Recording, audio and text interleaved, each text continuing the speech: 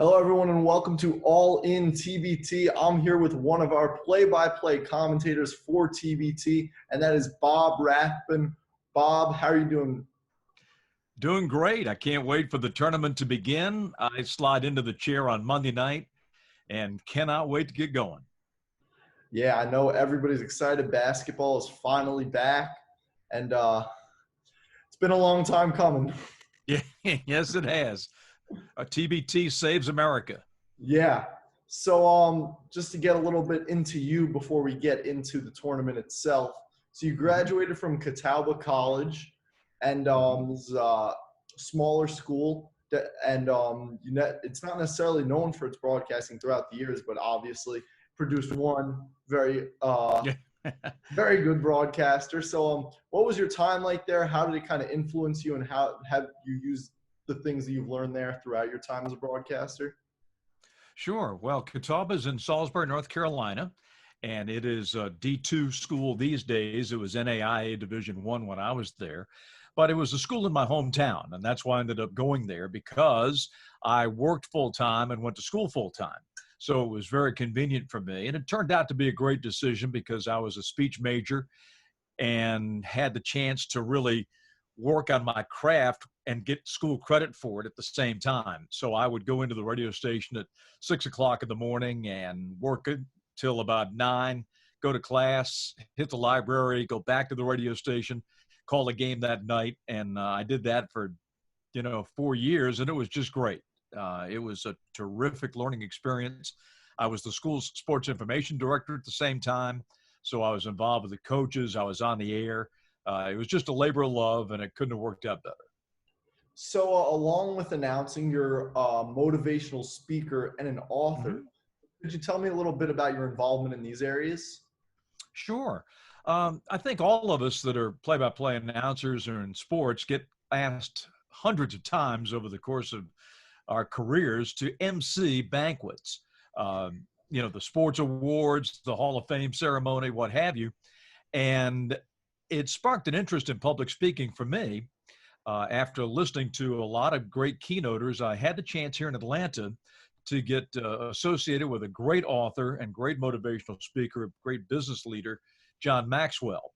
Okay. If you're familiar with John, I don't need to explain how prolific an author he is and speaker, but if you're not, he's the guru in writing books about how to bring your team together, how to lead.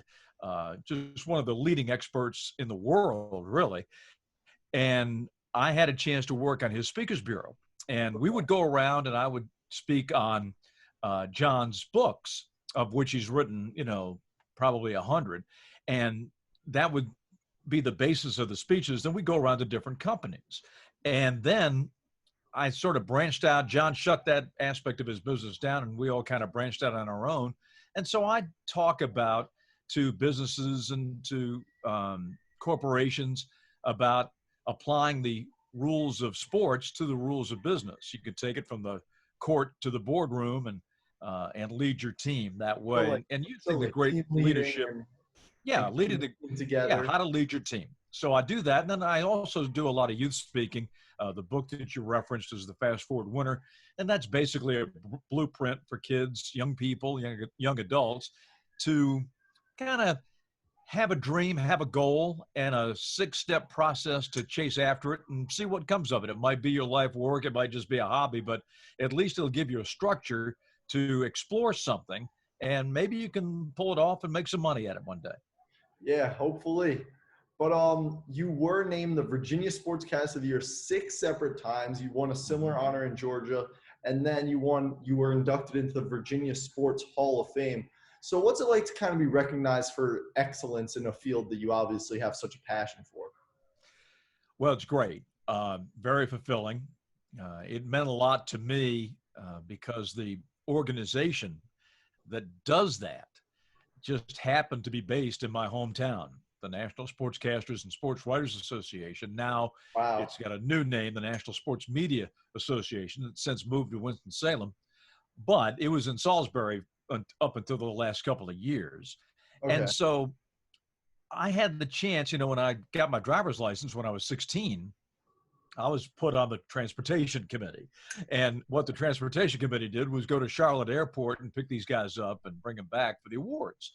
And so over the years when I was a kid, I would have in the back seat of my car the legends of the industry, the state winners, the national winners, and we'd have a chance for 45 minutes to talk, and I would ask them, for career advice. And what it did for me, it demystified the business. I learned that these are regular guys, just like you and me, but what set them apart was their incredible talent. But they were willing to share and very helpful over the years. And so when I had the chance to go back as a winner to my hometown from Virginia and then later Georgia, you can imagine how much it meant to me, because I've been a member of this organization since I was 16 and worked on it, the whole time I was in Salisbury. So it meant a great deal to go back. That's just a great story. I mean, just to see it come full circle like that must have been so awesome. It's pretty crazy. For you.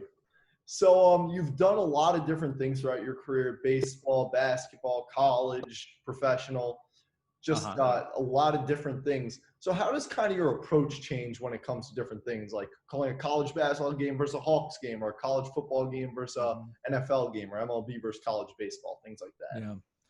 Well, to be honest, I don't think I change a great deal. Preparation's preparation, execution's execution. So you have to tailor it, obviously, for the audience that is tuning in. But I think the basics of putting a good broadcast together, as we'll do, for TBT, do not change. You've got to know the players, the coaches, the strategy, the rules, all that stuff. And I don't really think that changes sport to sport, to be honest with you. Some assignments are a little harder than others in terms of your prep, because if you get a college basketball game, you might not have the same materials to work with as you would for the NBA. But in terms of doing the job, I don't think it changes a great deal. Most of us started in radio. Certainly guys my age, we all started in radio and then made the shift over to television. And I think that's the best way to go. I think if you start in TV, you don't really have an appreciation for the radio side of it, where you have to paint the word picture. You've got to do it all yourself. And then you can all the geography, everything. Yeah. And then you've got to carry that over to TV. Have you ever done radio? Well, in some of the work that I've done through some classes, they always say call it, even if we're watching the game and it's available, they say call it like a radio game, because that's how you got to learn. Because it's a lot easier to break it down than to build it up. No question. Because in TV, you're just supplying subtitles to the picture. Mm-hmm. So you've been announcing for the Hawks at Fox Sports since 1996. Obviously, a bunch of good Hawks teams since then. So is there any teams, players, just moments that stand out to you from your time with the Hawks? I mean, I bet there are a lot. Oh, yeah, there's a lot. The players, have many of them have become lifelong friends. Guys on that first team that I had back in 96, 97 are still close friends. Steve Smith and Dikembe Mutombo and people like that. We have been through Hawk alumni, very close over the years. But the highlight, certainly of my time here in Atlanta, was a few years ago when we won the 60 games and went to the Eastern Conference Finals. It was just a magical team. Had we stayed, pardon? It was either 4 or 5 All-Stars on that team. Yeah, we had. I think it might have been the whole 4 All-Stars. Yeah, because Corver made it. To make it 4. So, we had 4 All-Stars. All 5 starters were named Player of the Month in January when we went unbeaten, won 19 straight games. Everybody in town was watching. It was the talk of the town, sort of like the Braves were in 1991 here when they went worst to first. Mm-hmm. The Falcons would rise up and unexpectedly go to a Super Bowl, something like that. Was certainly the highlight. And I will maintain that had we stayed healthy, we would have gone to the NBA Finals. I don't know that we'd have beaten Golden State, but we would have beaten Cleveland. I'm sure of it. But we weren't healthy. And we were the kind of team without a big star like a LeBron, Kobe, something like that. You had to have everybody healthy and everybody playing at a high level. Mm-hmm. And by the time we got to the Eastern Conference Finals, we were leaking oil pretty bad. So for those who don't know, can you tell me a little bit how you learned about the TBT and how you kind of got involved? Sure. The group that actually televises the physical televising of the games is a group that I do and have done the ACC games for 31 years, Raycom, out of Charlotte. And they're part of Gray Television now, and another aspect of that company is Tupelo Raycom, which is based in Indianapolis, and they do much the same things on a little smaller scale. So the producer that I have worked with for 20 some years, now the executive producer at Raycom, asked if I would be interested in doing the play-by-play for the Atlanta Regional here 3 years ago. And I said, of course, I would love to. And I think Dan Dockich was here, and Seth came down to Atlanta. Tom Hart was the other play-by-play guy. And, of course, the regional setup was a little bit different 3 years ago, as you can imagine. Yeah. So we kind of traded off and did games. And then the John Mugar, whom I'm sure you know, asked me, he said, hey, can you work in Baltimore and do the finals for us next weekend? And I said, absolutely. So I had a chance to go up with Franny Fraschilla, and he and I have done the TBT finals. This will be our third straight year doing the championship. So, it's a little different this year, obviously having to reduce the field and move it to a single site. But John was kind enough to ask me back, and I absolutely love TBT. I know a lot of the guys, that have come through. I know them primarily from college. Now, some of these guys had a cup of coffee in the NBA. Yeah. But as this year, for example, I've got guys in this thing that are dear friends like Joe Johnson. Mm-hmm. He's one of my best friends on the Hawks, a 7-time All-Star that's playing for Overseas Elite. So it's great to reconnect. And I think, and I was talking with Fran last night, it's the one thing that we just hate the most about this bubble is we can't see the guys. We are so looking forward to seeing the players. We've gotten to know the guys at Everline Drive and Overseas Elite and Carmen's crew. Evan Turner was with us last year. Yeah, I remember as a player before we traded him. So, there's just a bond and a family closeness that we're really going to miss because we're going to be in Indianapolis doing the TV while everybody else is in Columbus. Oh, okay. That'll definitely be a different experience for all of us. Yeah. So, obviously this year TBT has that unique experience or that unique opportunity rather, that it's the first basketball being played on American soil since the NBA shut down and the NCAA shut down. So how do you think it can kind of capitalize on that, not just for this year's fans, but kind of rope in some fans for years to come? Well, what I think it's going to do, the ratings I think are going to be astronomical, as you can well imagine. Mm-hmm. FanDuel's involved this year, as you know. That is going to bring a different audience to us that's never maybe perhaps seen TBT before. That's going to be great involvement. ESPN is putting it on the main channel. We're on the mothership all but 2 games, I think. And those 2 are on ESPN too. So there's no streaming. This is all going to be linear, which is going to give this tournament a massive boost. I know from talking to basketball people in the NBA and in the college ranks that they cannot wait to watch these games because if you're a basketball fan, you're starved. This is like a glass of ice water for somebody in hell. This is just fantastic that we've got basketball coming up this weekend. And I think it's going to give the tournament a huge shot in the arm. They're going to see what John and this group has put together over these last 7 years, and they're going to see it in full bloom. So many people fell in love with the Elam ending, particularly when they saw it at the NBA All-Star game. Yeah. And now you're going to see it in its natural habitat. You're going to see it exactly the way it's supposed to be. I think you'll see the NBA change how they do the Elam ending for next year's All-Star game based on what they see this year. So I think the opportunities are going to be tremendous for John, tremendous for the tournament. Sponsorship money, I think, is going to come rolling in. This is going to be the premier summertime tournament, other than Summer League, which is, of course, a different animal. But this is going to be the premier summertime basketball event. And particularly if we can get back to, where we were pre-pandemic, of got to be next summer, right? This thing's got to be over and controlled somehow. And we'll be back to the way we were.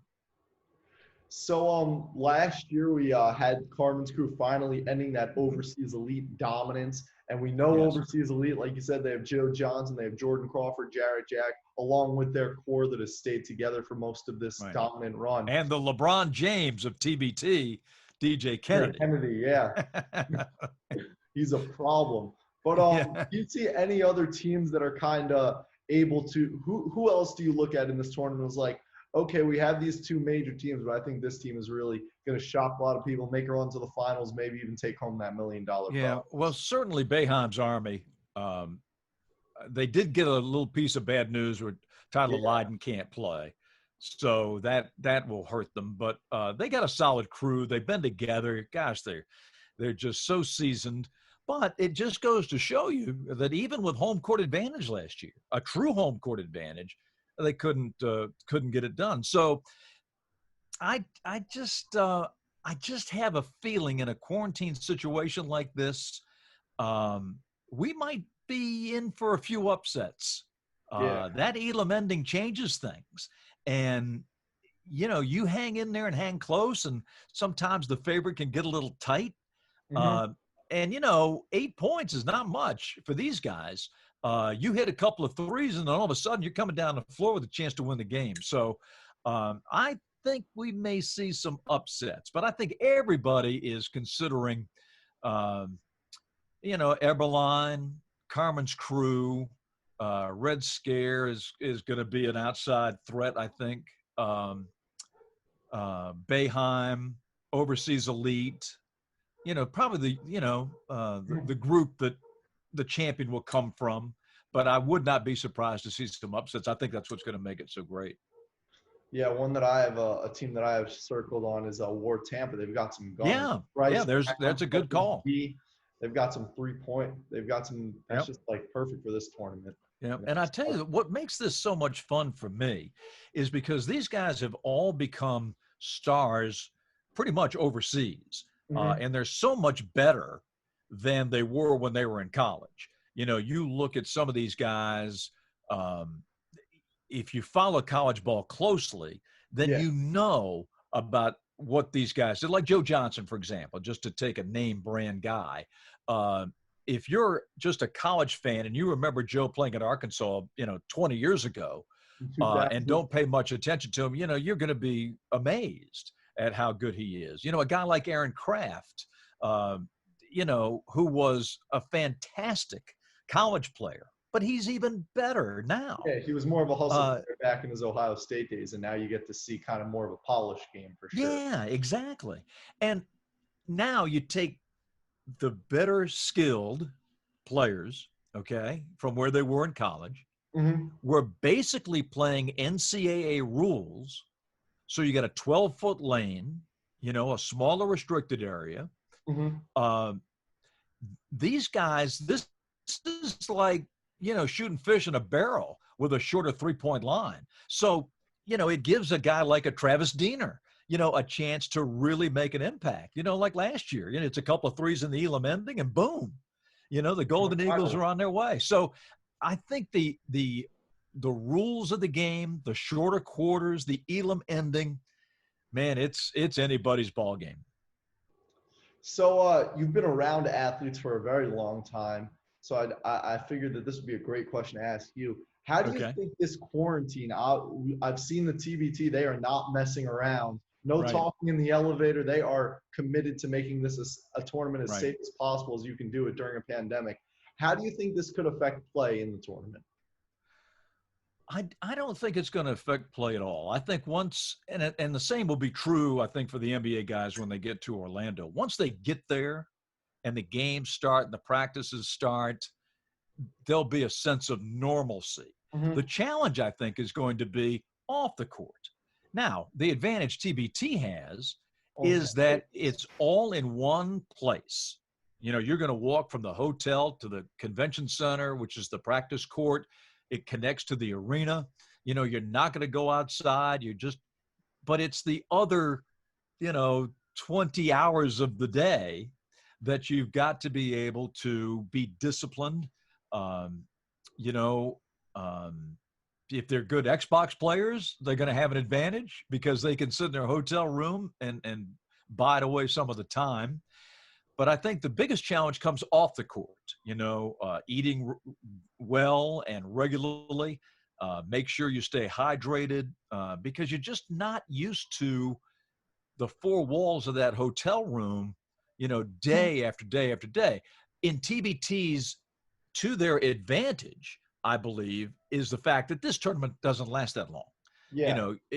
For two teams, they got to make it, 12 days, 14 days, something like that, in total quarantine. If you go in there today, and we're recording this on Thursday, if you go in there today, you got to make it like 11 days, 12 days. Anybody could do that. And these guys that play overseas, they are so used to this because they don't speak the language generally. There is nowhere to go. In the wintertime, the weather's horrible, and they're used to being holed up. So I think the guys will be fine. I really do. But the challenge will be not the games, but the other time of the day. Yeah. So you referenced it a little bit earlier. We saw Joe Johnson sign with Overseas Elite for this year, and he's really not the only one. We have some former first-round NBA pick. Mm-hmm. I just saw a couple of days ago Hashim Thabit signing with playing for Jimmy V. So definitely some names that NBA fans will know, and like you said, Yes. college fans especially. So how do you think that this can help TBT's popularity? Well, there's two things. Number one, what we saw with Malcolm Miller when he played last year, he goes to Toronto and gets a championship ring. Yeah. Not bad. Okay. So we now have a graduate of TBT who is good enough to be on the best team in the world. Okay. That is a huge selling point. And the other thing is somebody or buddies are going to get hot in this thing. And some NBA teams are going to say, you know what, we got a roster spot open. Mm-hmm. Maybe we can get them to Orlando. The Brooklyn Nets might take on the whole Overseas Elite team. Right. We're just going to change. We're going to swap. We're going to give you Brooklyn, and we get Overseas Elite in the NBA. But and that will just be a tremendous boost for these guys and for the American players. What a huge advantage to be able to stay home and play. If they could get a contract out of this. And maybe somebody's going to get a G League look out of this, come the fall. So I think a lot of great things are going to come of this, mainly because the eyes of the basketball world will be watching every general manager, every coach, every player, you name it. Everybody's going to be locked in on TBT. Yeah, it's real. I just think it's going to be, I think you're right. I think a lot of players are going to get some upgrades in terms of where they're playing next year if they can really get something going this tournament. So just like the players, you haven't announced a live game since March. How have you been staying in announcing shape, if you will? And do you anticipate a little bit of rust? No, it'll be so nice to get back behind the mic and get going again. The only thing that I've done to practice is this, I think, is my 1,000th Zoom call since March 11th. Yeah. So we keep doing these. We do a lot for the Hawks, and we do a lot for Fox Sports South, our network that covers the Hawks here. So we've stayed busy. They've kept us hopping. We've done all kinds of calls with alumni and Hall of Famers and regular team members, and you name it. So that's what's kept us busy. But there's no substitute. I was telling somebody the other day that, they were asking, well, what about your routine and all that stuff? And I said, well, my routine is the morning time stays the same. You get up and you let the dogs out, and then you go grab the papers and start reading online and go through all the stuff that you normally would go through. And it gets to about mid-afternoon, and it's like, well, I have now. I have three places to go: the arena, the airport, or the practice facility. And all three are shut down as far as I'm concerned. There's nowhere to go. And that's when it hits you. And then you say, well, it's just like a day off. And then you look for a game that night. If I had a day off in the NBA, well, I'd be watching 8 games on League Pass that night. Then you turn on a TV and there's nothing on. So that part has been the hardest to handle, I think. But I'm ready to go. I've got my sheets pretty much done for everybody, and I'm ready. Let's do it. All right. Thank you so much for coming on to the show. I really appreciate it. And thanks My for pleasure. sitting down with me. And it's